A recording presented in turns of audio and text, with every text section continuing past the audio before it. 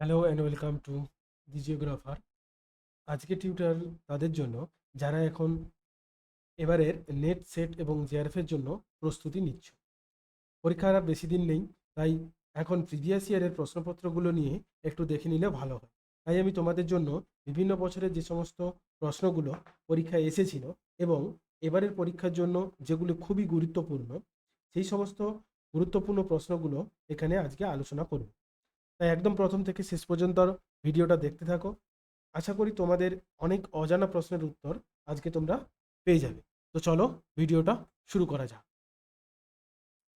তো প্রথম প্রশ্ন দেখো, এক নম্বরে যেটা দেওয়া আছে সেটা হচ্ছে কি, arrange the geological time intervals correctly. অর্থাৎ এখানে জিওলজিক্যাল টাইম স্কেল থেকে কোশ্চেনটা এসেছে। এখানে বলেছে যে আহ, এগুলো কারেক্টলি অ্যারেঞ্জ করো। প্রথমে কি দেওয়া আছে? এ পিরিয়ড, বিতে ইয়ন, সিতে এরা এবং ডিতে এপোচ। এর মধ্যে এখানে ম্যাচিং দিয়েছে কোন অ্যান্সারটা পরপর পরপর হবে, অর্থাৎ একদম বড় থেকে ছোটোর দিকে। এবার এই দিকে ছোট টেবিলটার দিকে যদি তাকাও তাহলে আমরা দেখতে পারবো, দেখো প্রথমে কি হচ্ছে, ইয়ন, এরা, পিরিয়ড এবং এপোচ।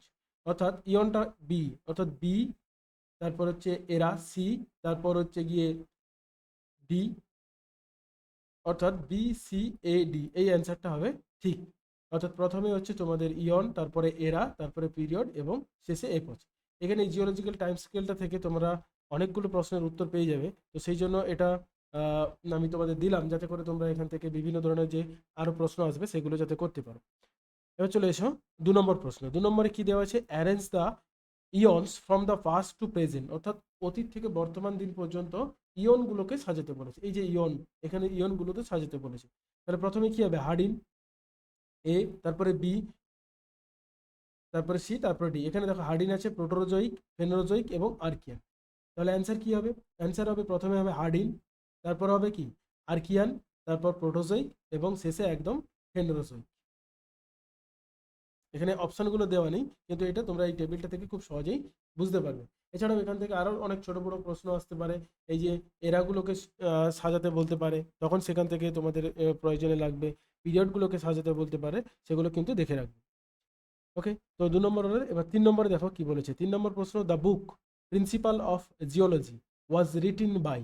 অর্থাৎ এই প্রিন্সিপাল অফ জিওলজি বুকটা কে লিখেছে? এখানে 4টে অপশন আছে, von Richthofen, James Hutton, John Playfair এবং চার্লস লয়েল। এদের তিনজনের মধ্যে দেখো এখানে আমরা অবশ্যই দেখতে পাচ্ছি যে চার্লস লয়েল হলো এই প্রিন্সিপাল অফ জিওলজি বুকটার লেখক। এখানে এই যে তিনজনের কথা বলা হয়েছে, হার্টন, প্লেফায়ার এবং লয়েল, এরা তিনজনে কিন্তু ফিজিক্যাল জিওগ্রাফির সঙ্গে রিলেটেড। এখানে কিন্তু ভন রিস্তফেন রিজিওনাল জিওগ্রাফির সঙ্গে রিলেটেড। সুতরাং এই তিনজনের থেকে আলাদা করা সম্ভব, কিন্তু এদের মধ্যে কে হবে? Charles loyal. কারণ আমরা কি জানি, জেমস হটন হচ্ছে সব থেকে জিওলজির ক্ষেত্রে বিখ্যাত একজন বিজ্ঞানী, যিনি ওই প্রেজেন্ট ইজ ইজ কি টু দ্য পাস্ট, তারপর ইউনিফর্মিটারিজম, এই ধরনের কনসেপ্টগুলো দিয়েছেন। আর জন প্লেফায়ার এবং চার্লস লয়েল ছিল হাটনের ছাত্র। ওকে, তাহলে অ্যান্সার কোনটা হবে? অ্যান্সার হবে চার্লস লয়েল। নেক্সট 4 নম্বরে দেখো, the concept no vestiges or trace of beginning and no prospects of end. অর্থাৎ এই কোশ্চেনটাকে বোঝো। এখানে কি বলেছে? আহ, যে এখানে কোনো শুরু বা উৎপত্তির কোনো নির্দিষ্ট সূচনার কোনো প্রমাণ নেই, আবার শেষের কোনো প্রমাণ নেই। অর্থাৎ এটা ফিজিক্যাল জিওগ্রাফির সঙ্গে রিলেটেড। আমাদের যে বিভিন্ন ধরনের জিওমরফিক এজেন্টগুলো আছে, যেমন এয়ার, ওয়াটার, তারপর ওশান ওয়েভ, গ্লেসিয়ার, এই যে এদের যে বিভিন্ন যে জিওমরফিক এজেন্টগুলো আছে, সেই তাদের যে বিভিন্ন কার্যকলাপ, সেই কার্যকলাপগুলোর কথা এখানে বলা হয়েছে, যে তাদের কার্যকলাপ বা তাদের দ্বারা সৃষ্ট ল্যান্ডফর্মগুলোর না কোনো সূচনা আছে আর না কোনো শেষ আছে। তো এই কনসেপ্টটা বা এই কথাটা কে বলেছিলেন, কার দ্বারা? একই রকম 4টে অপশন, আগের 4টে অপশনই আছে, কিন্তু এখান থেকে হবে আমাদের কোনটা? অ্যান্সার হবে B, James Horton. James Horton কিন্তু এই কথাটা বলেছিলেন তার ওই ইউনিফর্মিটারিজম কনসেপ্ট বলতে গিয়ে। ওকে, নেক্সট চলে এসো 5 নম্বর কোশ্চেন। 5 নম্বর কোশ্চেনে কি বলেছে? Which of the following is known as the age of reptiles. অর্থাৎ এর নিচের 5টির মধ্যে কোনটাকে বলা হয় এজ অফ রেপটাইলস? অর্থাৎ যেগুলোকে আমরা বলি রেপটাইলস বলতে স্তন্যপ্রায়ী প্রাণী। স্তন্যপ্রায়ী প্রাণীর কোনটাকে বলা হয় age of reptiles? Mesozoic, Palaeozoic, Cenozoic, Precambrian এবং ক্র্যাম্বিয়ান। এর মধ্যে কোনটা হবে? এখানে দুটো হয়ে গেছে। এই চারটের মধ্যে কোনটা হবে? এই চারটের মধ্যে হবে মেসোজোইক। কারণ আমরা কি জানি মেসোজোইক এরাতে কিন্তু কাদের প্রতিপত? মেসোজোইক এরা হচ্ছে ডাইনোসর, অর্থাৎ মেসোজোইক যুগের যদি আমরা ওর পার্টগুলোকে দেখি তাহলে এই জিওলজিক্যাল টাইম স্কেলে দেখবে যে মেসোজোইকের তিনটে পার্ট ক্রিটেসিয়াস, জুরাসিক এবং ট্রায়াসিক। এই জুরাসিক নামটা আমরা সকলেই জানি কারণ আমরা অনেক জুরাসিক পার্কের সিনেমা দেখেছি। তো সেটা আমরা বলতে পারবো যে এটা জুরাসিক যদি থাকে তাহলে আমরা বলতে পারবো যে এইটা হচ্ছে রেপটাইলসদের গোল্ডেন যুগ। কিন্তু যদি না থাকে, যদি এই ধরনের ইয়নগুলো দিয়ে দেয় তাহলে কি হবে? তাহলে হবে অবশ্যই মেসোজোইক। ক্লিয়ার? তাহলে মেসোজোইক হবে এর উত্তর। নেক্সট 6 নম্বরে চলে এসো। When the upper upper and lower layers of the rocks are folded independently then it is call, অর্থাৎ এখানে ফোল্ড থেকে কোশ্চেনটা এসেছে। এটা খুব গুরুত্বপূর্ণ একটা কোশ্চেন এবং বোঝার আছে, সেই জন্য আমি ছবিগুলো দিয়ে বোঝানোর জন্য রেখেছি। কি বলেছে যে আপার এবং লোয়ার লেয়ার্স অফ রক, অর্থাৎ আপার লেয়ার এবং লোয়ার লেয়ার এই দুটো লেয়ারের রককে যদি ফোল্ডেড ইনডিপেন্ডেন্টলি স্বাধীনভাবে ফোল্ডেড হয় তাহলে তাদেরকে আমরা কোন ধরনের ফোল্ড বলি? এখানে চারটে ফোল্ডের কথা বলেছে: ডিসহারমোনিক ফোল্ড, ডেকলমেন্ট ফোল্ড, সেভরন ফোল্ড এবং ফ্যান ফোল্ড। যদি আমরা এই চারটে ফোল্ডের এই ছবিগুলো দেখি, প্রথমটা হচ্ছে কি ডিসহারমোনিক ফোল্ড। এটা কি, কোন ধরনের, কি কি বিষয়টা যদি একটু জেনে নাও। দেখো প্রথমে কি হচ্ছে, এটা যে দুটো লেয়ার, এটা একটা লেয়ার, এটা একটা লেয়ার, উভয় দিক থেকে পার্শ্বচাপ হয়েছে ফলে দুটো লেয়ার ফোল্ডেড হয়েছে। কিন্তু এখানে দেখো ইয়েলো কালারের যে অংশটুকু আছে সেটা কিন্তু প্রায় সমান্তরাল বা একটা ঊর্ধ্বভঙ্গের শেপ নিয়েছে। বাট নিচের যেটা একটু ডিপ ইয়েলো সেই অংশে দেখো এই যে ব্ল্যাক ব্ল্যাক যে কালার যে লাইনগুলো আছে এগুলো সব লেয়ার, এই লেয়ারগুলো কিন্তু আগেরটার মতো একই রকম দেখতে নয় বা একইভাবে ফোল্ডেড হয়নি। এদের কিন্তু বিভিন্ন মতো অনেকগুলো অধভঙ্গ বা ঊর্ধ্বভঙ্গ এর মধ্যে রয়েছে, অর্থাৎ ঊর্ধ্বভঙ্গ ধারা। সুতরাং ওপরের লেয়ার এবং নিচের লেয়ারের মধ্যে কোনো সামঞ্জস্য নেই। সেই জন্য এখানের অ্যান্সার হয়ে যাবে ডিসহারমোনিক ফোল্ড। এই যখন আপার লেয়ার এবং লোয়ার লেয়ার যখন ইন্ডিপেন্ডেন্টলি ফোল্ডেড হবে তখন তাকে আমরা বলবো ডিসহারমোনিক ফোল্ড। এবার দেখো ডেকলমেন্ট ফোল্ড কি? ডেকলমেন্ট ফোল্ড এই ছবিটার দিকে তাকালে বুঝতে পারবে। এটা সাধারণত সৃষ্টি হয় যখন ভঙ্গিল পর্বত সৃষ্টি হচ্ছে, সেই ভঙ্গিল পর্বত সৃষ্টি হওয়ার সময় ভঙ্গিল পর্বতের প্রান্ত দেশগুলোতে, অর্থাৎ একদম যে যেখানে যে সবে পর্বতের উত্থানটা শুরু হয়েছে সেই অংশটাতে নিচের যে লেয়ারটা থাকে, নিচের একটা এখানে ফোল্ড হয়েছে, ফার্স্ট সৃষ্টি হয়ে ফোল্ডেড মাউন্টেনের অংশে সৃষ্টি হয়েছে, কিন্তু এই নিচের অংশে যে লেয়ারটা আছে সেই অংশটার সঙ্গে ওপরের লেয়ারের সঙ্গে কোনোভাবেই কিন্তু ফোল্ডেড হয়নি। এবং ডেকলমেন্ট কথার অর্থ হচ্ছে যে ডিটাচ, অর্থাৎ এর সঙ্গে ওই উপরের লেয়ারের সঙ্গে নিচের লেয়ারের সঙ্গে সেরকম কোনো ডিটাচমেন্ট নেই বা এটা কোনো ফোল্ড হয়নি, সেই জন্য এটাকে বলা হচ্ছে ডেকলমেন্ট ফোল্ড। নেক্সট দেখো সেভরন ফোল্ড। সেভরন ফোল্ডের বৈশিষ্ট্য হচ্ছে কি, এখানে যে লেয়ার বা ঊর্ধ্বভঙ্গে বা অধভঙ্গে যেগুলো সৃষ্টি হবে সেগুলো এরকম তীক্ষ্ণ আকৃতির হবে। এই অংশটা হবে তীক্ষ্ণ আকৃতির বা এই অংশটুকু হবে তীক্ষ্ণ আকৃতি। এই যে একটা ছবি দেখো এখানে প্রত্যেকটা এই যে লেয়ারগুলো সৃষ্টি হয়েছে তীক্ষ্ণ, সেই জন্য এটাকে বলা হচ্ছে সেভরন ফোল্ড। আর নেক্সট হচ্ছে ফ্যান ফোল্ড। ফ্যান ফোল্ড একটা গুরুত্বপূর্ণ অংশ, এখানে একটু বোঝার আছে। দেখো আমরা কি জানি নর্মালি যখন ফোল্ড সৃষ্টি হয় অ্যান্টিক্লাইনের ক্ষেত্রে বাহুদ্বয়ের নতি পরস্পরের বিপরীত দিকে হয়, আর সিনক্লাইনের ক্ষেত্রে পরস্পরের দিকে হয়, অর্থাৎ এইরকম এরকম নতি হয়। কিন্তু ফ্যান ফোল্ডের ক্ষেত্রে এটা ঠিক উল্টো হয়, যখন পার্শ্বমুখী চাপ কোনো একটা অংশ খুব বেশি হয় তখন এই ধরনের ফ্যান ফোল্ড সৃষ্টি হয়। এখানে কি হয় দেখো, এখানে এই যে ঊর্ধ্বভঙ্গের এই যে নতি, ঊর্ধ্বভঙ্গের বাহুদ্বয়ের নতি কিন্তু পরস্পর মুখী হয়ে আছে, দেখো পরস্পর মুখী। আর অধভঙ্গের বাহুদ্বয়ের নতি দেখো পরস্পরের বিপরীত দিকে, এই অংশে দেখো, এই অংশে দেখো পরস্পরের বিপরীত দিকে হয়ে আছে। এই জন্য একে বলা হচ্ছে ফ্যান ফোল্ড।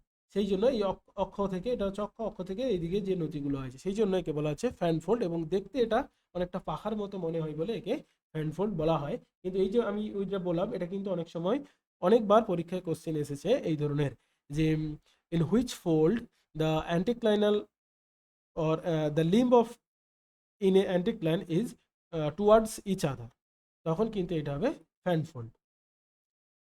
নেক্সট 7 নম্বর কোশ্চেন দেখো কি বলেছে, দ্য হার্ডনেস অফ কোয়ার্টজ, অর্থাৎ রক্স অ্যান্ড মিনারেলস থেকে কোশ্চেনটা এসেছে যে কোয়ার্টজের হার্ডনেস কত, 9, 8, 7, 6, 5 এর মধ্যে কোনটা হবে? এখানে আমরা যদি একটা হার্ডনেস স্কেল আমি তোমাদের দিয়েছি, সেখান থেকে যদি দেখো কোয়ার্টজের হার্ডনেস হচ্ছে 7, স্কেলটা দেওয়ার মূল উদ্দেশ্য তাহলে অ্যান্সার কি হবে না সি। এই টেবিলটা দেওয়ার মূল উদ্দেশ্য কি, তোমাদের পরীক্ষায় এই ধরনের কোশ্চেন তুলে ম্যাচিং করে দিতে পারে, যে এখানে মিনারেল দিয়ে দিল আর এখানে তাদের হার্ডনেসগুলো দিয়ে দিল, ফল পরীক্ষায় তোমাদের বলবে যে ম্যাচিং করো বা অ্যাসেন্ডিং অর্ডারে সাজাও, হার্ডনেস অনুসারে। তাহলে প্রথমে হবে ট্যাল্ক, তারপর হবে জিপসাম, ক্যালসাইট, এভাবে করে একদম ডায়মন্ড হবে শেষে, যার হার্ডনেস হচ্ছে সব থেকে বেশি 10। তো সেই জন্য এটাও মনে রাখবে, এইভাবে সাজাতে দিতে পারে বা অনেক সময় পরীক্ষায় দিয়েছে। নেক্সট 8 নম্বরে দেখো ম্যাচিং কি বলেছে, একটা ম্যাচিং এসেছে যেটা খুব গুরুত্বপূর্ণ একটা ম্যাচিং। এটা হচ্ছে ভলকানিজম থেকে। Matching the following list one with list two. এখানে লিস্ট ওয়ানে কতগুলো দিয়ে দিয়েছে ভলকানিক ল্যান্ডফর্মস, এবং তাদের সঙ্গে ম্যাচ করতে বলেছে। প্রথমে আছে ল্যাকোলিথ, তারপর লোপোলিথ, ব্যাথোলিথ এবং পাহকলিথ। এর মধ্যে কোনটা? Dome shaped and strip side, mushroom shaped, bowl shaped এবং অ্যালং অ্যান্টিক্লাইন অ্যান্ড সিক্লাইন। আমি তোমাদের এই ছবিটার দিকে যদি তাকাতে বলবো, এই দিকে দেখো, তাহলে আমরা কিন্তু এর উত্তরটা পেয়ে যাবো। প্রথমেই আছে দেখো ল্যাকোলিথ। ল্যাকোলিথে কি বলেছে দেখো, ল্যাকোলিথ দেখতে অনেকটা ব্যাঙের ছাতা বা মাশরুমের মতো। এই দেখো এখান থেকে ম্যাগমা চেম্বার থেকে ম্যাগমা এসে এই অংশে শিলার মধ্যে সঞ্চিত হয়েছে এবং দেখতে অনেকটা ব্যাঙের ছাতার মতো। তাহলে আমাকে দেখতে হবে যে মাশরুম রক, মাশরুম আমরা জানি মাশরুম বা ব্যাঙের ছাতা, তাহলে ল্যাকোলিথ হয়ে যাবে মাশরুম, অর্থাৎ এর সঙ্গে এইটা। এবার হচ্ছে লোপোলিথ। লোপোলিথটা দেখো দেখি, লোপোলিথটা হচ্ছে বোল শেপ, চামচের মতো উল্টো দিকে, ঠিক ল্যাকোলিথের উল্টো হচ্ছে কি না লোপোলিথ। তাহলে বোল শেপ, চামচের মতো দেখতে বা বোল পাত্রের মতো, সেই জন্য এটা হচ্ছে। তাহলে এ হয়ে গেল 2, বি হয়ে গেল 3। এবার হচ্ছে ব্যাথোলিথ। ব্যাথোলিথের মধ্যে, তাহলে এই দুটোর মধ্যে হবে ব্যাথোলিথ ডোম শেপ। কারণ কি, ব্যাথোলিথ খুব বড় ধরনের হয়, আমরা জানি ডোমের মতো বা উল্টোনো ঝড়ির মতো দেখতে লাগে। ডোম শেপ এবং স্টিফ সাইড, দুই দিকের বাহু খুব স্টিফ হয়, খাড়া প্রকৃতির হয়, সেগুলোকে আমরা বলছি ডোম শেপ। তাহলে পড়ে থাকলে কি পাহকলিথ, এটার সঙ্গে যুক্ত থাকে অ্যালং অ্যান্টিক্লাইন অ্যান্ড সিক্লাইন। এই ছবিটার দিকে তাকালে বুঝতে পারবে যে যখন ম্যাগমা কোনো অ্যান্টিক্লাইন বা সিঙ্কলাইনের কোনো অংশে এসে সঞ্চিত হবে বা জমা হবে, তখন তাকে আমরা বলছি পাহকলিথ। ক্লিয়ার? তাহলে এটা হয়ে যাবে শেষে। তাহলে ডি হলো 4, এ সি হলো 1, বি হলো 3 এবং এ হলো 2। এবার এখানে আমি একটা জিনিস বলার, এখানে তোমাদের একটা পরীক্ষা প্রায়শই আসে যে সিল এবং ডাইকের যে কনসেপ্ট, সেটা কিন্তু তোমাদের অনেক সময় গুলিয়ে যায়। তো সেই সিল এবং ডাইকের জন্য আমি জাস্ট, যে সিল এবং ডাইক বলতে আমরা কোনটাকে বুঝি, এখানে দেখো আছে। সিল হচ্ছে কি না, সেডিমেন্টারি রক লেয়ারের সঙ্গে সমান্তরালে যখন ম্যাগমা সঞ্চিত হবে তখন তাকে আমরা বলবো সিল। আর ডাইক কি হচ্ছে কি না, যখন ওই ম্যাগমাটা একাধিক লেয়ারের সঙ্গে অ্যাক্রস দ্য লেয়ার যাবে, অর্থাৎ লেয়ারকে কাটিং করে ম্যাগমাগুলো প্রবেশ করবে, তখন তাকে আমরা বলবো ডাইক। এখানে পরীক্ষায় যেটা দেয়, এরকম তোমাদের কয়েকটা ছবি দিয়ে দিবে, এরকম ছবি একটা দিয়ে দিবে, দিয়ে এখান থেকে তোমাদের দেখাবে ধরো এইরকম ভাবে ম্যাগমা এসেছে, আরেকটা দিয়ে দিবে এই দিক থেকে ম্যাগমা এসেছে, দিয়ে এখানে এ বি সি দিয়ে তোমাকে বলে দেবে যে এর মধ্যে কোনটা সিল বা কোনটা ডাই। তাহলে এখানে ধরো এই যে এইটা কি হবে, এটা হবে ডাইক নয়, কিন্তু এটা হবে সিল। কারণ কি দেখো, সিলের এবং ডাইকের ডেফিনেশনে কি বলা হয়েছে যে সেডিমেন্টারি রক লেয়ারের সঙ্গে সমান্তরালে। এখানে এটা দেখতে ভার্টিক্যালি মনে হচ্ছে, কিন্তু রক লেয়ারগুলোর যে পজিশন, সেগুলো কিন্তু সমস্তগুলো ভার্টিক্যালি আছে, এরকম হরাইজন্টালি কিন্তু নেই। সেই জন্য যেহেতু এটা একটা লেয়ার, এটা একটা লেয়ার, এই লেয়ারের সঙ্গে প্রায় সমান্তরালে আছে, ফলে এটা কিন্তু হবে সিল। আর এটা যেটা হয়েছে দেখো, এটা কিন্তু কি হয়েছে, 1 2 3 তিনটে লেয়ারকে প্রায় ক্রস করে গেছে। এটা দেখতে প্যারালালি মনে হচ্ছে, কিন্তু প্রত্যেকটা লেয়ারকে ক্রস করে গেছে, সেই জন্য এটা কিন্তু হবে ডাই। তো এই কনসেপ্টটা অনেক সময় তোমাদের গুলিয়ে যায়, তো সেই জন্য কিন্তু মাথায় রাখবে। ওকে, নেক্সট চলে এসো। নেক্সট 9 নম্বর কোশ্চেন কি বলেছে, in the interior of the earth, অর্থাৎ পৃথিবীর অভ্যন্তর ভাগে, দিয়ে নিচে কোশ্চেনগুলো দিয়েছে। Temperature falls with increase depth, অর্থাৎ তাপমাত্রা কমে যায় গভীরতা বৃদ্ধির সাথে সাথে। Pressure falls with increase depth, pressure কমে যায় গভীরতা বৃদ্ধির সাথে সাথে। সিতে বলেছে temperature rise with increase depth, অর্থাৎ গভীরতা বৃদ্ধির সাথে সাথে তাপমাত্রা বাড়তে থাকে। এবং ডিতে বলেছে both A and B are right. কোনটা হবে এর অ্যান্সার? অ্যান্সার হবে C, the temperature rise with increase depth. এবার এই ছবিটার দিকে দেখো, দেখো আমরা যদি পরস্পর গভীরতার দিকে যাই, তাহলে দেখবে টেম্পারেচারটা কেমনভাবে বাড়ছে। দেখো প্রথমে 1000 ডিগ্রি সেলসিয়াস, যেটা হচ্ছে তোমার ক্রাস্টের মধ্যে আমরা দেখতে পাই, সিয়াল এবং সীমার মধ্যে, এবং কিছুটা আপার মেন্টাল পর্যন্ত 1000 ডিগ্রি সেলসিয়াস থাকে। তারপর মেন্টালের যে অ্যাস্ট্রোস্ফিয়ার স্তরে যদি আমরা চলে আসি, তাহলে 2227 থেকে 3930 ডিগ্রি সেলসিয়াস। তারপর যদি আরও নিচের দিকে যাই, লোয়ার মেন্টালে গেলে প্রায় 1600 থেকে 2300 ডিগ্রি সেলসিয়াস থাকে। আরও যত গভীরের দিকে যাব, কোরের আপার কোরের থাকে প্রায় 2200 ডিগ্রি সেলসিয়াস। লোয়ার কোরে ইনার কোরের কাছে এসে দেখবো 5000 ডিগ্রি সেলসিয়াস, এবং একদম সেন্টার অফ দ্য আর্থে থাকে প্রায় 5.5 থেকে 6000 ডিগ্রি সেলসিয়াস তাপমাত্রা থাকে। তাহলে আমরা কি দেখছি, যত গভীরতা বাড়ছে তত টেম্পারেচারটা কিন্তু ধীরে ধীরে বাড়ছে। এবং সেই সঙ্গে সঙ্গে প্রেসারটাও যদি দেখো, প্রেসারও কিন্তু গভীরতার সঙ্গে সঙ্গে বাড়তে থাকে, কারণ টোটাল যে বিশাল মাসের যে চাপ, নিচের দিকে যে চাপ প্রয়োগ করছে, এই যে উপরের যে অংশগুলো মাস বা পদার্থ, সেগুলো কিন্তু একটা নিচের কোরের দিকে প্রচুর চাপ সৃষ্টি করে। এবং এই উপরের চাপের কারণে ইনার কোরটা আমরা জানি যে সলিড অবস্থায় আছে, এটা কিন্তু লিকুইড অবস্থায় নেই। আউটার কোর যদিও লিকুইড অবস্থায়, কিন্তু ইনার কোর সলিড অবস্থায় আছে। তার কারণ হচ্ছে এই প্রেসার। সেই জন্য দেখো, এবং এই প্রেসারগুলো কত পরিমাণ সেগুলো কিন্তু পরীক্ষায় মনে রাখবে, দিয়ে দেয় 330 জিপিএ। জিপিএ অর্থাৎ কি, গিগাপাস্কাল। গিগাপাস্কাল হচ্ছে এর চাপের একক। একদম সেন্টারে থাকে 364 গিগাপাস্কাল, তারপর 125, তারপর এখানে 23, এইভাবে কিন্তু প্রেসার পরিমাণ বাড়তে থাকে। আর এদিকে দেখো, এদিকে আমি তোমাদের এই যে LGR MC, তোমাদের সুবিধার জন্য আমি এখানে যে ডিসকন্টিনিউটি লেয়ারগুলো আছে সেগুলো দিয়ে দিয়েছি, যাতে করে তোমাদের অ্যাট এ গ্লান্স মনে হয়ে যায়। দেখো, প্রথমেই হচ্ছে সি। সি অর্থাৎ কনরাড ডিসকন্টিনিউটি বা কনরাড বিযুক্তি। এটা কার মধ্যে? এটা হচ্ছে শিয়াল এবং সীমার মধ্যে থাকে। শিয়াল এবং সীমার মধ্যে হচ্ছে কনরাড ডিসকন্টিনিউটি। তারপর হচ্ছে মোহরভিসিক, বিজ্ঞানী মোহরভিসিকের নাম অনুসারে মোহরভিসিক। এটা কার মধ্যে? ট্রাস্ট এবং মেন্টালের মধ্যে থাকে মোহরভিসিক। তারপর হচ্ছে রেপিটি, আর আর সমান রেপিটি। এটি কার মধ্যে? না, এটি হচ্ছে আপার এবং লোয়ার মেন্টালের মধ্যে রেপিটি বিযুক্তি। নেক্সট হচ্ছে গুটেনবার্গ, বিজ্ঞানী গুটেনবার্গের নাম অনুসারে এটা কার মধ্যে? মেন্টাল এবং কোরের মধ্যে। কোর বলতে আউটার কোর। আর লাস্টে যেটা বলছে লেহম্যান, একদম সব থেকে গভীরে যে বিযুক্তি রেখাটা আছে সেটা হচ্ছে লেহম্যান বিযুক্তি। যেটা কার মধ্যে? না, যেটা আছে আউটার কোর এবং ইনার কোরের মধ্যে, সেটাকে বলা হচ্ছে আমাদের লেহম্যান বিযুক্তি। এটা কিভাবে মনে রাখবে? একদম সোজা, সিএম আর জিএল। সিএম আর জিএল অর্থাৎ মুখ্যমন্ত্রী, আর জিএল তার সেক্রেটারি। তো সেইভাবে মনে রাখবে যে সিএম আর জিএল, ওপর থেকে নিচে পর্যন্ত। অনেক সময় ডিসকন্টিনিউটিগুলো দিয়ে অ্যাসেন্ডিং বা ডিসেন্ডিং অর্ডারে সাজাতে পারে, সেই জন্য এটা মনে রাখবে। ওকে।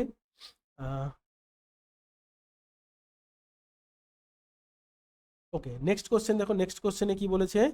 Most of the details of our present day topography belongs to the, অর্থাৎ আমাদের বর্তমান দিনের যে বেশিরভাগ ভূমিরূপগুলো, টোপোগ্রাফিগুলো আছে, সেগুলো কোন এরার অন্তর্গত? প্রিক্যাম্বিয়ান, প্যালিওজয়িক, মেসোজয়িক এবং সিনোজয়িক। এদের মধ্যে সব থেকে নতুন যে এরাটা হবে, অর্থাৎ সবচেয়ে আধুনিক যে এরাটা, সেটাই হবে এর অ্যান্সার। এর মধ্যে নতুন এরা, সব থেকে আধুনিক এরা কোনটা? সেটা হচ্ছে আমাদের সিনোজয়িক এরা। সুতরাং সিনোজয়িক এরাই হচ্ছে এই প্রেজেন্ট ডে সমস্ত যে টোপোগ্রাফি, তার ডিটেলস আর ফাউন্ড বা ক্রিয়েটেড ইন সিনোজয়িক এরা। এবার এখানে যদি আমরা এটার দিকে তাকাই, তাহলে দেখো সব থেকে ইয়ঙ্গার এরা কোনটা? এই সিনোজয়িক। সিনোজয়িকের মধ্যে আবার সব থেকে হচ্ছে কোয়াটারনারি। কোয়াটারনারির মধ্যে আবার হলোসিন। এগুলো কিন্তু সিকোয়েন্সিয়ালি অনেক সময় পড়ে, তা অ্যাট এ গ্লান্স কিন্তু মনে রাখবে। তাহলে এটার অ্যান্সার কি হবে? সিনোজয়িক। ওকে, নেক্সট চলে এসো। নেক্সট 11 নম্বর প্রশ্ন। Most of active volcanoes are found in, অর্থাৎ পৃথিবীতে যে সমস্ত সক্রিয় আগ্নেয়গিরিগুলো আছে তারা কোথায় দেখতে পাওয়া যায়? তাদের দেখতে পাওয়া যায় 1 নম্বর Mediterranean convergent boundary, circum Pacific belt, mid oceanic ridge, volcanic zone এবং অল দ্য অ্যাবাভ, এবং এই চারটের সবগুলো। তাহলে কোনটাতে পাওয়া যায় সেটা আমাদের দেখতে হবে। এবার এখানে আমি একটা কথা বলি, দেখো এই যে প্রত্যেকটা বাউন্ডারির কথা বলা হয়েছে, তার মধ্যে শুধু এই মিড ওসানিক ভলকানিক রিজ বাদে আর বাকি যে দুটো, সেগুলো কিন্তু কি বাউন্ডারি? Convergent plate boundary. এটা কিন্তু ডাইভার্জেন্ট প্লেট বাউন্ডারি। কিন্তু আমরা যদি দেখি যে এই ছবিটার দিকে তাকালে দেখবো যে প্যাসিফিক, সার্কাম প্যাসিফিক বেল্ট কোনটা? এই প্রশান্ত মহাসাগরের যে অঞ্চলটা, এই যে অংশটুকু, এই যে অংশটুকু আছে, এটাকে বলা হচ্ছে সার্কাম প্যাসিফিক বেল্ট। এটাকে আমরা আরো কি নামে জানি? রিং অফ ফায়ার নামেও জানি। এটা পরীক্ষা আসছে, what do mean, what is called ring of fire, তখন এটা দিয়ে হয়তো দিয়ে দিল যে এর মধ্যে কোনটা রিং অফ ফায়ার বলে। তাহলে সার্কাম প্যাসিফিক বেল্ট, এটা হলো সার্কাম প্যাসিফিক বেল্ট। তারপর হচ্ছে মেডিটারিয়ান কনভার্জেন্ট, এই অংশে দেখো, এই অংশে হচ্ছে মেডিটারিয়ান কনভার্জেন্ট বাউন্ডারি রয়েছে, আফ্রিকান এবং ইউরেশীয় পাতের মধ্যে সংঘর্ষ হচ্ছে। আর মিড ওসানিক রিজ, এই যে মিড ওসানিক রিজ, মধ্য সামুদ্রিক শৈলশিরা, এই অংশে দিয়ে এখানেও কিন্তু ডাইভার্জেন্ট প্লেট বাউন্ডারির প্রচুর ভলকানো আছে। কিন্তু এখানে একটা জিনিস মনে রাখো যে পৃথিবীর প্রায় 90%, কত পার্সেন্ট? প্রায় 90% অ্যাক্টিভ ভলকানো যেগুলো আছে, সেগুলো কিন্তু আমরা দুটো প্লেট বাউন্ডারি বরাবর দেখতে পাই। সেটা একটা হচ্ছে এই সার্কাম প্যাসিফিক, আর হচ্ছে একটা মিড ওসানিক রিজ, আটলান্টিক মহাসাগরে যেটা আছে, সেই তার কাছেই কিন্তু আমাদের প্রায় 90% অ্যাক্টিভ ভলকানো আমরা দেখতে পাই। ওকে, নেক্সট 12 নম্বর question, which of the following is not related to sedimentary rock, অর্থাৎ নিচের কোনটা সেডিমেন্টারি রক সৃষ্টির সঙ্গে বা রক তৈরির সঙ্গে রিলেটেড নয়? কম্প্যাকশন অর্থাৎ সংকোচন, সিমেন্টেশন অর্থাৎ একসঙ্গে সংযুক্ত হওয়া, রিক্রিস্টালাইজেশন অর্থাৎ ক্রিস্টালের পুনর্তৈরি হওয়া, এবং সেগ্রিগেশন বা আলাদা করা। এই চারটের মধ্যে কোনটা সেডিমেন্টারি রক সিস্টেম বা রক সৃষ্টির সঙ্গে রিলেটেড নয়? কম্প্যাকশন, দেখো এই ছবিটার দিকে তাকালে বুঝতে পারবে কম্প্যাকশন হচ্ছে এইটা, অর্থাৎ যখন শিলা বা পলিগুলো যখন সঞ্চিত হচ্ছে, যখন উপরে চাপ এবং তাপ পাচ্ছে না, তখন তারা যখন আলগাভাবে থাকে, তখন তাকে আমরা যখন প্রেসার, উপরের প্রেসার দিয়ে যখন এটাকে সংকুচিত করে দিই, তখন তাকে বলা হচ্ছে কম্প্যাকশন। এটা কি সেডিমেন্টারি রকের সঙ্গে রিলেটেড? অবশ্যই রিলেটেড, কারণ লেয়ারের পর লেয়ার যখন সঞ্চিত হচ্ছে, তখন তার নিচের লেয়ারের যে সেডিমেন্টগুলো সেগুলো কিন্তু কি হয়ে যায়, সংকুচিত হয়ে যায়। নেক্সট বলেছে সিমেন্টেশন। সিমেন্টেশন মানে কি? এই যে ছবিটার দিকে তাকালে দেখবে, এই যে প্রত্যেকটা পলির কণার মধ্যে যে গ্যাপ থাকে, তার মধ্যে বিভিন্ন ধরনের খনিজ বা মিনারেলগুলো সংযুক্ত হয়ে এই কণাগুলোর যে গ্যাপ সেটাকে কমিয়ে দিয়ে তাদের মধ্যে কম্প্যাক্টনেসটা বাড়িয়ে দেয়। দেখো এখানে 1 নম্বরে অনেকটা ফাঁকা আছে প্রত্যেকটা কণার মধ্যে, 2 নম্বরে আরেকটু ক্লোজ হয়েছে, 3 নম্বরে একদম ভরে গেছে, অর্থাৎ এটা সিমেন্টেড হয়ে গেছে। যেমন আমরা বাড়ির দেওয়ালে সিমেন্ট করি, ফাটলগুলো সব ভরে যায়, সেই রকম সিমেন্ট। এটাও আমরা সেডিমেন্টেড রকের ক্ষেত্রে দেখতে পাই, তা নাহলে এই ধরনের কম্প্যাক্টনেসটা আসবে না। নেক্সট বলেছে রিক্রিস্টালাইজেশন। রিক্রিস্টালাইজেশন মানে ক্রিস্টাল বা কেলাসের পুনর্গঠন হচ্ছে। সেটা কিন্তু আমরা সেডিমেন্টারি রক সৃষ্টির সঙ্গে রিলেটেড নয়। সেডিমেন্টারি রক সৃষ্টি হওয়ার পর সেটা যখন চাপ তাপ আরও উপরে চাপ তাপ পাবে, তখন তাদের যখন শিলার রূপান্তরিত ঘটে, এবং রিক্রিস্টালাইজেশন সাধারণত আমরা জানি রূপান্তরিত শিলার সঙ্গে রিলেটেড, মেটামরফিক রকের সঙ্গে রিলেটেড। তো সেই জন্য এটা কিন্তু এখানে হবে না। এবং দ্বিতীয়টা দেখে নিই, সেগ্রিগেশন। সেগ্রিগেশন কনসেপ্টটা কি? সেগ্রিগেশন কনসেপ্টটা হচ্ছে কি, যখন ওই পলিগুলো থিতিয়ে পড়ছে, তার মধ্যে থেকে বিভিন্ন ধরনের মিনারেলগুলো আলাদা হয়ে যায়, একটা নির্দিষ্ট জায়গায় গিয়ে সঞ্চিত হয়, সেটাকেই বলা হচ্ছে এই ধরনের সেগ্রিগেশন প্রসেস, যেটাও কিন্তু আমরা সেডিমেন্টারি রকে দেখতে পাই। তার কারণেই তো কয়লা, খনিজ তেল এগুলো একটা অঞ্চলে পাওয়া যায়, নাহলে তো সর্বত্র পাওয়া যায়। এই সেগ্রিগেশন প্রসেসটা আছে বলে, বা বিভিন্ন ধরনের যে মিনারেল ওরগুলো পাওয়া যায়, আকরিক, লৌহ, ম্যাঙ্গানিজ, তারপর কোল, এই যে পাওয়া যায়, এগুলো সমস্ত কিন্তু কিন্তু এই সেগ্রিগেশনের প্রসেসের ফলে আলাদা হয়ে যায়। সুতরাং আমরা এখানে কি দেখলাম, যে যতগুলো আছে তার মধ্যে থেকে এই রিক্রিস্টালাইজেশন যেটা, সেটা কিন্তু আমাদের সেডিমেন্টারি রক সৃষ্টির সঙ্গে রিলেটেড নয়। সুতরাং এটা হবে আমাদের অ্যান্সার। নট রিলেটেড বলেছে, এখানে কিন্তু রিলেটেড নয়, নট রিলেটেড, তাহলে রিক্রিস্টালাইজেশন হলো এর সঙ্গে রিলেটেড। ওকে, নেক্সট চলে এসো 13 নম্বরে কি বলেছে, landform expose due to the removal of the overlaying igneous or sedimentary cover are called. অর্থাৎ কি বলেছে, যে একটা ল্যান্ডফর্ম যেটা উন্মুক্ত হয়েছে, তার দ্বারা না, তার ওপরে থাকা যে সমস্ত আগ্নেয় বা পাললিক শিলার যে কভার ছিল, সেটা অপসারিত হওয়ার ফলে সেটা ভূপৃষ্ঠে উন্মোচিত হয়েছে। এই ধরনের ল্যান্ডফর্মকে কি বলা হয়? 1 নম্বরে এক্সাম্পড অর রেসারেক্টেড ল্যান্ডফর্ম, 2 নম্বরে কমপ্লেক্স ল্যান্ডফর্ম, 3 নম্বরে সুপার ইম্পোজড ল্যান্ডফর্ম, 4 নম্বরে মাল্টিসাইক্লিক ল্যান্ডফর্ম অর পলিসাইক্লিক ল্যান্ডফর্ম। একটু জিনিসটা বুঝে নাও, তাহলে উত্তরটা দিতে সুবিধা হবে। ধরো এটা একটা ফোল্ডেড এরিয়া আছে, যেখানে ফোল্ড সৃষ্টি হয়েছে, এর ওপরে কি হয়েছে, আবার বহু যুগ পরে এর উপরে প্রায় কি হয়েছে না, পলি দ্বারা আবৃত হয়ে গেছে বা ম্যাগমা দ্বারা আবৃত হয়ে গেছে। ক্লিয়ার? আবার একটা যুগে হয়তো অগ্নুৎপাত হয়েছে, সেটা ম্যাগমা দ্বারা পুরোটা ঢাকা হবে। তাহলে উপরে আমরা ওই রেড কালারের লেয়ারটা দেখতে পাচ্ছি, ম্যাগ। এবার ক্ষয় চলছে, ক্ষয় চলতে চলতে কিছু সময় পরে এসে দেখা গেল যে এই লেয়ারটার এই অংশে নদী প্রবাহিত হওয়ার কারণে ক্রমশ ক্ষয়প্রাপ্ত হয়ে কি হয়েছে না, লেয়ারটা এরকম চলে এসছে, এটা এরকম হয়ে গেছে। অর্থাৎ এই যে লেয়ারটা যেটা এখানে ছিল এরকম ছিল, সেটা এখন কোথায় চলে এসেছে, এই অংশে। তাহলে এই যে নিচের যে কালো রঙের যে ফোল্ডেড স্ট্রাকচার ছিল, সেটা কি যে ভূপৃষ্ঠে উন্মুক্ত হয়েছে? এই যে উন্মুক্ত হয়েছে, কিন্তু তার পুরোটা উন্মুক্ত হয়নি, কিছুটা উন্মুক্ত হয়েছে। এই অংশটাকে বলা হচ্ছে রেসারেক্টেড ল্যান্ডফর্ম। কমপ্লেক্স ল্যান্ডফর্ম কি? কমপ্লেক্স ল্যান্ডফর্ম আর কিছুই নয়, যখন কোনো একটা ভূমিরূপ একাধিক জিওমেট্রিক এজেন্টের রেজাল্টের ফলে তৈরি হয়। কিরকম? ধরো বায়ু, জল, এদের মিলিত ক্ষয়কার্যের ফলে, বা গ্লেসিয়ার এবং জলের মিলিত ক্ষয়কার্যের ফলে যেমন পেরিগ্লেসিয়ার ল্যান্ডফর্ম সৃষ্টি হয়, সেই রকম। আবার ব্যাডল্যান্ড টোপোগ্রাফি, যেটা বায়ু এবং জলের ক্ষয়কার্যের ফলে সৃষ্টি হয়, সেগুলোকে আমরা কি বলছি? Complex landform. সুপার ইম্পোজ ল্যান্ডফর্মটা কি? সুপার ইম্পোজ ল্যান্ডফর্ম হচ্ছে যখন কোনো একটা বড় ধরনের ভূমিরূপ বা কোনো একটা বড় ভূমিরূপের উপরে তার বিভিন্ন ছোট ছোট ভূমিরূপগুলো সৃষ্টি হয়, তখন তাকে আমরা বলছি সুপার ইম্পোজ ল্যান্ডফর্ম। এটা আমরা কোথায় দেখি? সাধারণত মরু ক্ষয় চক্রের যে পেডিমেন্ট বাজাদা এইগুলো যে সৃষ্টি হয়, সেগুলো এই সুপার ইম্পোজ ল্যান্ডফর্মের উদাহরণ। আরেকটা লাস্টে যেটা বলেছে যে মাল্টিসাইক্লিক ল্যান্ডফর্ম বা পলিসাইক্লিক ল্যান্ডফর্ম, এগুলো কি? এগুলো হচ্ছে কি, যখন একটা ল্যান্ডফর্ম একাধিক সাইকেল অফ ইরোশনের দ্বারা সৃষ্টি হবে। আমরা জানি সাইকেল অফ ইরোশন ডেভিসের তত্ত্বে আছে, পেঙ্কের তত্ত্বে আছে।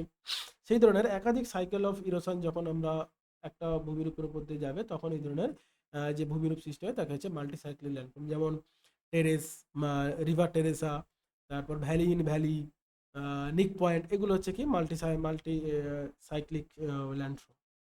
এর মধ্যে কোনটা হবে কি বলেছে? তাহলে এর মধ্যে আমাদের আশা করি উত্তর পেয়ে গেছো, রেসারেক্টেড ল্যান্ডফর্ম বা এক্সাম্পটেড ল্যান্ডফর্ম। কারণ কি? এই অংশটা, এই যে রিমুভাল অফ ওভারলিং, এই অংশটা রিমুভ হওয়ার কারণে এটা সৃষ্টি হয়েছে। ওকে, তাহলে এখানে অ্যান্সার হবে আমাদের এ। অ্যান্সার এ হবে আমাদের উত্তর। নেক্সট 14 নম্বরে কি বলেছে? 14 নম্বরে বলেছে যে match the following list 1 with list 2, অর্থাৎ লিস্ট 1 এবং 2 এর সঙ্গে ম্যাচ করতে বলেছে। এখানে কতগুলো দিয়েছে? Dust cloud theory, binary star hypothesis, planetesimal hypothesis এবং টাইডাল হাইপোথেসিস। এটা খুব গুরুত্বপূর্ণ একটা প্রশ্ন, প্রায়শই পরীক্ষায় আসে। যেটা কিন্তু এই যে থিওরিগুলো সবগুলোই কার সঙ্গে রিলেটেড? সোলার সিস্টেম বা আর্থ বা পৃথিবী সৃষ্টির সঙ্গে রিলেটেড। এবার কারা দিয়েছে তাদের সঙ্গে আমরা যদি ম্যাচ করে দেখে নিই। Dust cloud theory, Russell. Dust cloud theory হবে রাসেল। এর মধ্যে থেকে সব থেকে যেটা সহজ সেটা আমরা জানি যে প্ল্যানেটেসিমাল হাইপোথেসিস, যেটা আমরা ছোটবেলা থেকে পড়েছি, এটা দিয়েছে চেম্বারলিন, সেটা আমরা জানি। তারপর হচ্ছে গিয়ে ভুল বললাম, রাসেল নয় এটা।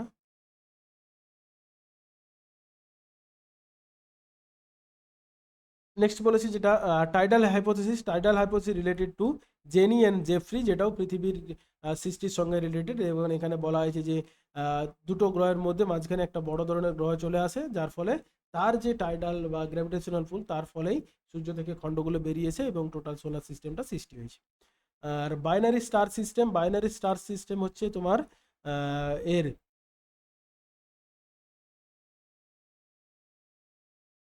হচ্ছে তোমার রাসেল।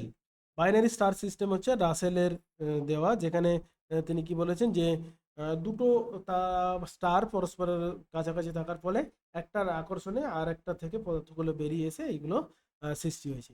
আর ডাস্ট ক্লাউড থিওরি হচ্ছে আমাদের 4 নম্বরে উইসজেকার, যেখানে তিনি বলেছেন যে সূর্য এবং অন্যান্য গ্রহগুলো একটা ধূলির মেঘ, মানে ধূলিকণার মেঘ থেকে সৃষ্টি হয়েছে। তাহলে এটা মনে রাখতে হবে, এই প্ল্যানেটেশনাল হাইপোথেসিস, বাইনারি, বাইনারির সঙ্গে আর এর সঙ্গে এই যে রাসেল মনে রাখবে, বাইনারি আর রাসেল। ওকে, তো এটা গেল। এবার নেক্সট প্রশ্ন দেখো, এটা একদম থিওরিটিক্যাল প্রশ্ন, এটাও আছে একদম মুখস্থের বিষয়, যে দ্য হাফ লাইফ অফ কার্বন-14, যেটা কার সঙ্গে রিলেটেড? ডেটিং। এগেন ডেটিং থেকে রিলেটেড। আমরা অ্যাবসোলিউট এবং রিলেটিভ ডেটিং এর পড়েছি, এটা হচ্ছে অ্যাবসোলিউট ডেটিং এর থেকে এসেছে যে কার্বন-14 এর হাফ লাইফ, অর্থাৎ কার্বন-14 অর্ধেক ডিকে হতে, অর্থাৎ অর্ধেক ক্ষয় হতে কত বছর সময় লাগে? সেটা হচ্ছে বি 5730 বছর। এটা একদম থিওরিটিক্যাল প্রশ্ন, ডেটিং থেকে এরকম 2-4টা কোশ্চেন আসে, তো সেগুলো মনে রাখবেন, জাস্ট মুখস্থ করার বিষয়। নেক্সট চলে এসো 16 নম্বর কোশ্চেন। 16 নম্বর কোশ্চেনে কি বলেছে? One of the major or important question, low laying basin area has positive gravity anomaly, negative gravity anomaly, no gravity anomaly and none of the above. অর্থাৎ কি বলেছে যে লো লেইং বেসিন এরিয়ার কোনটা আমরা দেখতে পাই? লো লেইং বেসিন এরিয়া অর্থাৎ অবনমিত অঞ্চলে সাধারণত আমরা দেখতে পাই পজিটিভ গ্র্যাভিটি অ্যানোমালি। এবার গ্র্যাভিটি অ্যানোমালি কি না? গ্র্যাভিটি অ্যানোমালি হচ্ছে যে পৃথিবীতে যে গ্র্যাভিটেশনাল ফোর্স আছে, কোনো একটা জায়গায় অ্যাকচুয়াল প্রাপ্ত গ্র্যাভিটেশনাল ফোর্স এবং থিওরিটিক্যালি ওই অঞ্চলে প্রাপ্ত যে গ্র্যাভিটেশনাল ফোর্স, তার যে ডিফারেন্স, তাকে আমরা কি বলছি? Gravity anomaly. এবার আমরা যদি দেখি যে লো লেইং সারফেসগুলো সাধারণত আর্থের কাছে থাকে বলে এইখানে সর্বদা আমরা কি দেখি? Positive gravity anomaly. আর যেগুলো হাইল্যান্ড হয়, অর্থাৎ পর্বত বা আরও উঁচু অংশগুলোতে, আমরা কিন্তু সর্বদা নেগেটিভ গ্র্যাভিটি অ্যানোমালি দেখি। সুতরাং এখানে কি হবে? এখানে হবে পজিটিভ গ্র্যাভিটি অ্যানোমালি কোথায় দেখা যায়? লো লেইং বেসিন এরিয়া বা সমুদ্রের তলদেশ বা হ্রদের তলদেশে সাধারণত পজিটিভ গ্র্যাভিটি অ্যানোমালি আমরা দেখতে পাই।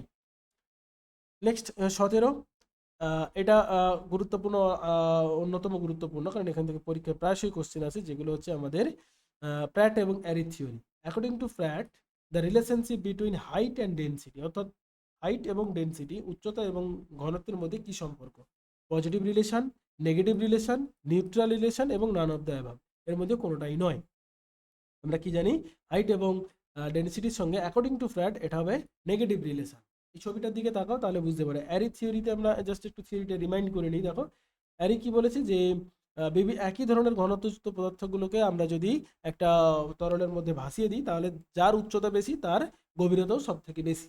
কিন্তু প্যাট কি বলেছে যে আমরা যদি বিভিন্ন ঘনত্বযুক্ত পদার্থগুলোকে কোনো একটা পারদের উপর ভাসিয়ে দিই, তাহলে তাদের ঘনত্ব অনুসারে কে কত উঁচু হবে সেটা ডিপেন্ড করবে।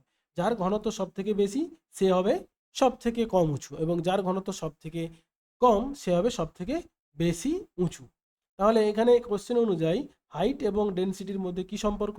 হাইট এবং ডেনসিটির মধ্যে নেগেটিভ রিলেশন, কারণ হাইট যদি বেশি হয় ঘনত্ব অবশ্যই কম হতে হবে। ওকে, চলো, এটা মনে রাখবে, এবং এই প্র্যাট এবং এরি থিওরিটা খুব ভালো করে পড়বে, এখান থেকে কোশ্চেন আছে।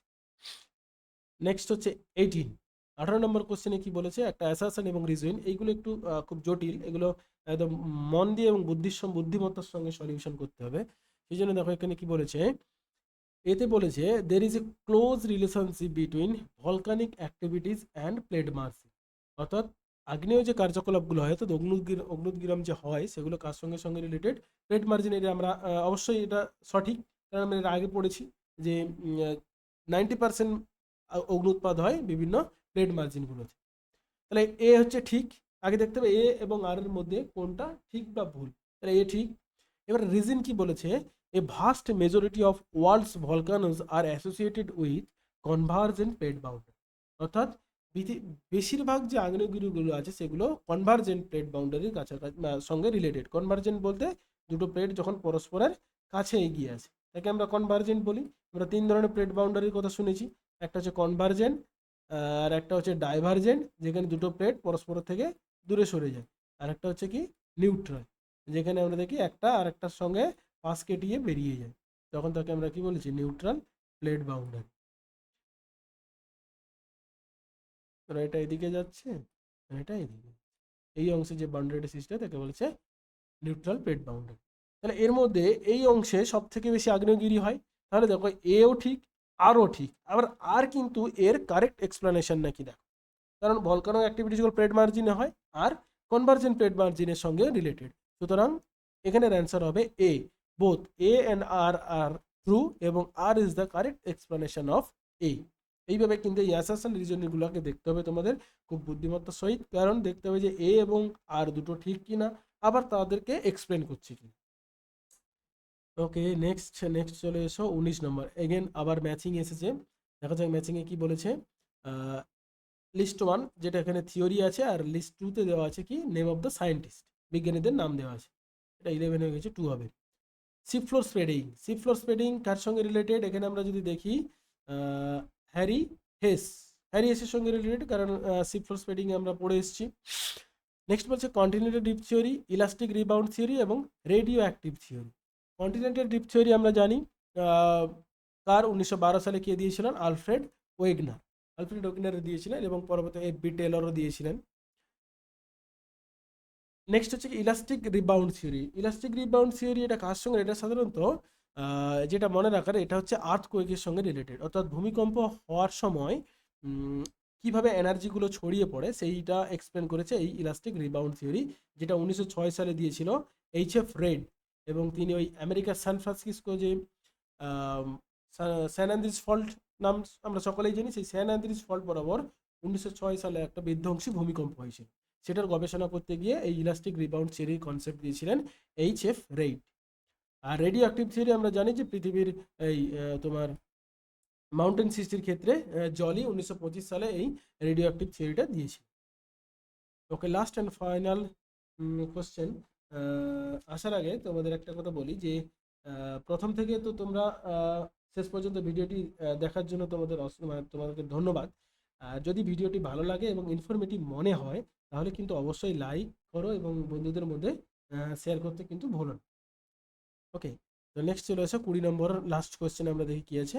Which of the following is not included in Mesozoic geosyncline according to E Haug, অর্থাৎ ই হগের মত অনুসারে কোন জিওসিনক্লাইনটা তিনি ইনক্লুড করেননি। আমরা জানি যে ই হগ তিনি কতগুলো জিওসিনক্লাইন দিয়েছিলেন, তিনি জিওসিনক্লাইন দিয়েছিলেন, ই হগের কনসেপ্ট আমরা পড়েছি, ই হগের কতগুলো, ই হগ দিয়েছিলেন 4টে জিওসিনক্লাইন আর 5টা ল্যান্ডমাস, 4টে জিওসিনক্লাইন আর 5টা ল্যান্ডমাস।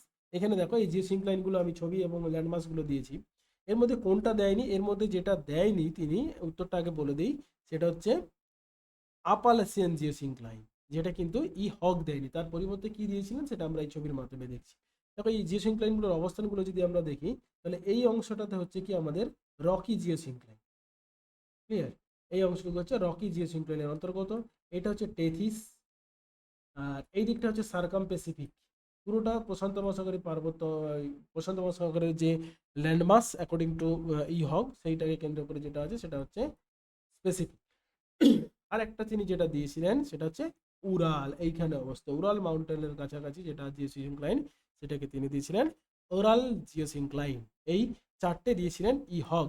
এবার অ্যাপালাসিয়ান জিওসিনক্লাইন তাহলে কে দিয়েছিলেন, অ্যাপালাসিয়ান দিয়েছিলেন হল অ্যান্ড ডানা, যারা প্রথমে এই জিওসিনক্লাইন কনসেপ্টটা কিন্তু জিওগ্রাফিতে নিয়ে এসেছিল, তারা কিন্তু দিয়েছিলেন এই জিওসিনক্লাইন বা যেটা বললাম অ্যাপালাসিয়ান মাউন্টেন অঞ্চলে গবেষণা করার সময় তারা তাদের এই থিওরিটা দিয়েছিল, সেই জন্য অ্যাপালাসিয়ান জিওসিনক্লাইন কিন্তু আইডেন্টিফাই করেন হল অ্যান্ড ডানা। ওকে, শেষ পর্যন্ত ভিডিওটা দেখার জন্য তোমাদের আরও একবার ধন্যবাদ। আশা করি এখান থেকে অনেক প্রশ্নের উত্তর তুমি পেলে, যা তোমার পরীক্ষার প্রস্তুতিকে আরও পূর্ণ মাত্রা দেবে, এবং মন দিয়ে পড়াশোনা করো। আর আমার তরফ থেকে তোমাদের জন্য রইল অল দ্য বেস্ট, ভালো করে পরীক্ষা দাও মাথা ঠান্ডা করে, অ্যান্ড এখানে পরবর্তী যে ভিডিওগুলো আসবে সেগুলো দেখতে দাও।